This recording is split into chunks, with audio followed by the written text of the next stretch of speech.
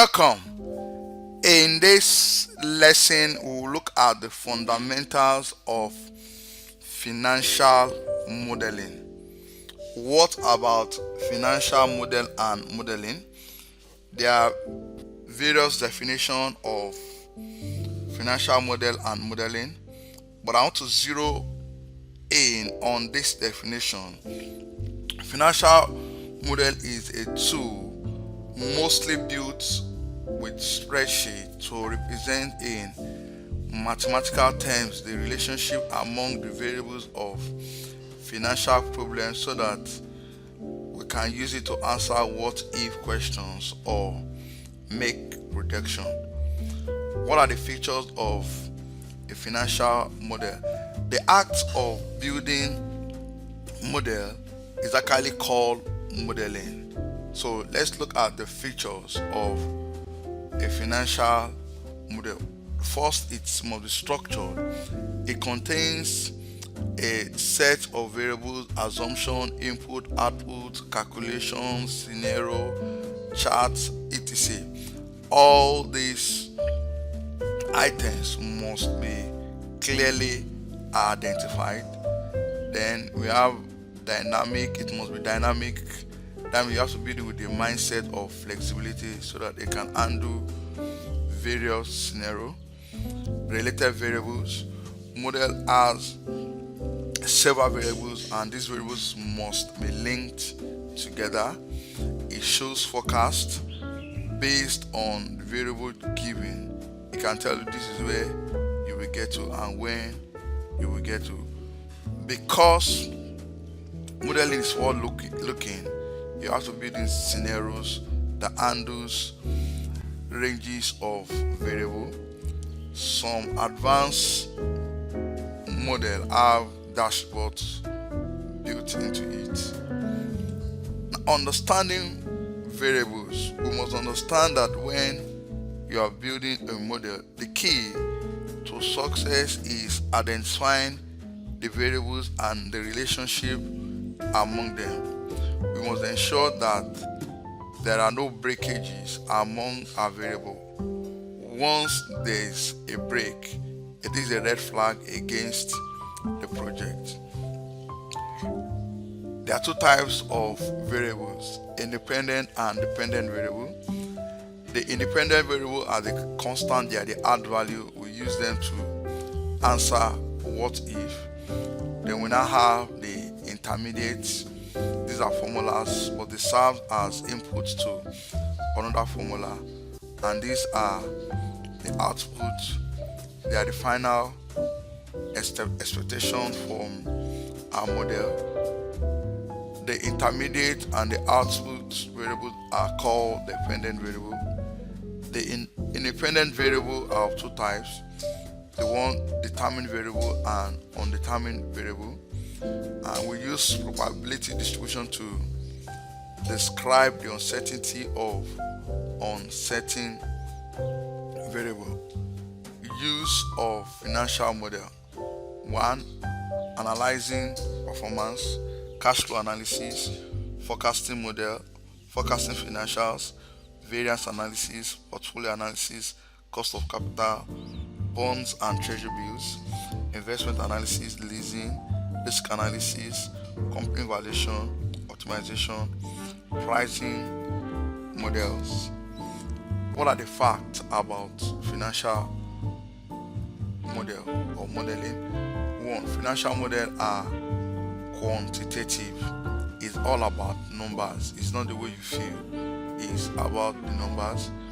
Model gives you an insight into how your variables will behave under a certain condition. It is required for any business plan or business growth. 98%, if not 100% of modeling are done using spreadsheet. Let's look at the steps in building a standard model. First, you need to identify and structure the problem. What do I want to achieve at the end of the day? You need to know. You need to clearly identify your inputs and your output variables and how they relate together.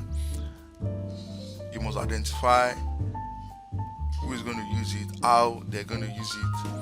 Then you need to now define the mathematical relationship among the variables, design the model, create the spreadsheet, test the model, protect your model, document the model. A lot of modelers don't do this, but it is very, very important. Then maintain your model. We must note that these 10 steps are not linear. I can come from 7 to 2. Now, in my last project, I discovered when we were testing the model, we left out some variables, so we had to come back and work down through the steps. Best practices in designing model: we must be consistent. Once you take a color for, let me say, input, you must stick with that color. You must separate calculations from output. Using add values in formulas is not advisable. For instance, I have inflation rate. I want to calculate inflation rate. So this 106 is not advisable because this is going to change. The inflation rate is going to change. Then keep all your assumptions on a separate sheet and report to them. Naming range is very important. This formula can be very confusing, but if you had actually created a name for this range, it's easier to remember, and it also helps your documentation. Conditional formatting may be necessary to get alerts and get focus. Data validation is also very important because it prevents unwanted data entering your model.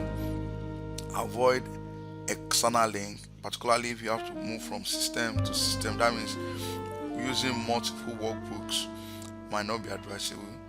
You need to know the industry that you're modeling. So let's look at the required knowledge. Obviously, you need to know Excel, and you need to know financial statement, balance sheet, cash flow, time value of money, discounting, net present value, internal rate of return, and other financial terminology, depreciation, amortization, and we'll discuss this in our video. And let's look at the Excel features and techniques that you must know. First of all, formatting, basic and custom. You need to understand navigating techniques, how to move within your model using shortcut keys. Data entry. You need to know how to set up your pages because eventually you're going to print your model. Data validation, I mentioned this earlier. Controls also for input. Conditional formatting for getting alert. The use of functions, naming cells and ranges, working with charts, using what if analysis, solver for optimization, workbook and cell protection. VBA, that's Visual Basic for application, may be required for complex model. Thank you for watching this video. You can watch our next video on using financial function, and you can watch any of our videos on how to use these techniques. Thank you.